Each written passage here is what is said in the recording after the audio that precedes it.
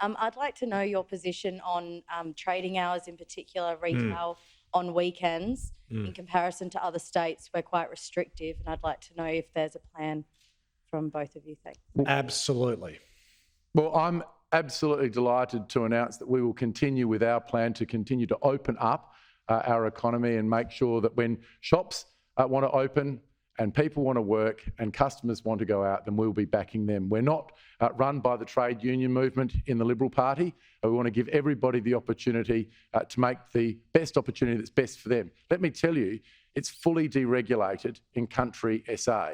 But for some reason, we can have deregulated shop trading hours. The world doesn't come to a stop in Mount Barker, who have completely deregulated. But in Adelaide, the union says, no, we cannot be open on Sunday mornings. We cannot be open when people want to trade. This is an extraordinarily restrictive practice, and it's one that we want to end. We have been progressively ending that. I know people have really enjoyed Boxing Day sales in South Australia, which were completely off limits for us in South Australia. These are the things which we've done. And all of these things contribute to growing our economy, record employment in South Australia, and young people wanting to stay here. It was a backwater when people from interstate would come over and they said, I went to your shop at 5:05 on a Saturday, completely closed. That's no way to attract people into our state. It's no way to support our visitor economy.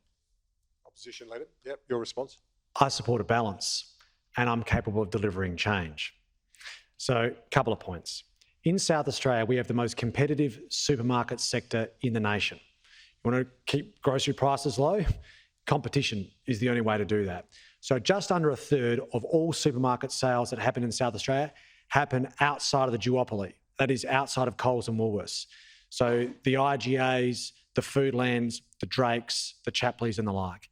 That keeps prices low. And all those businesses are fundamentally opposed to Stephen Marshall's total deregulation policy because it inhibits their ability to compete. They exist in country SA, Peter. They exist in country SA and they're thriving in country SA. Every time he interrupts, I think it's a function of his own security about a counter-argument.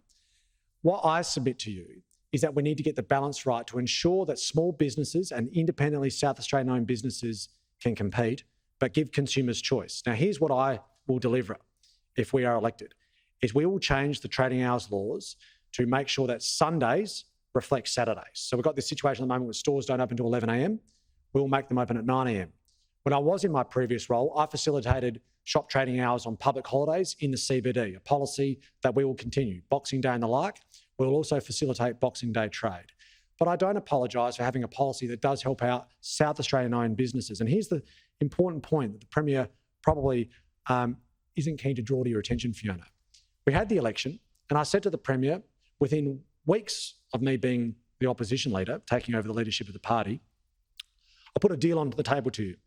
I will support changing trading hours so that we can have 9 till 5 trading on Sundays rather than waiting till 11 o'clock. And he rejected it. For 4 years, he's had that offer on the table. If he had agreed to it, we could have passed it through the parliament in a matter of minutes, literally. Everyone supported it, everyone in the crossbench, and he rejected it. Why?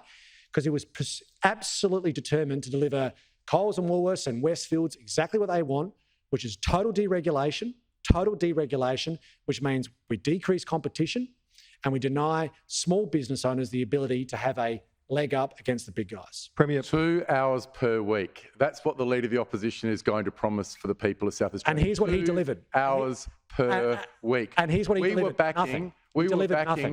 We were backing consumer choice in South Australia.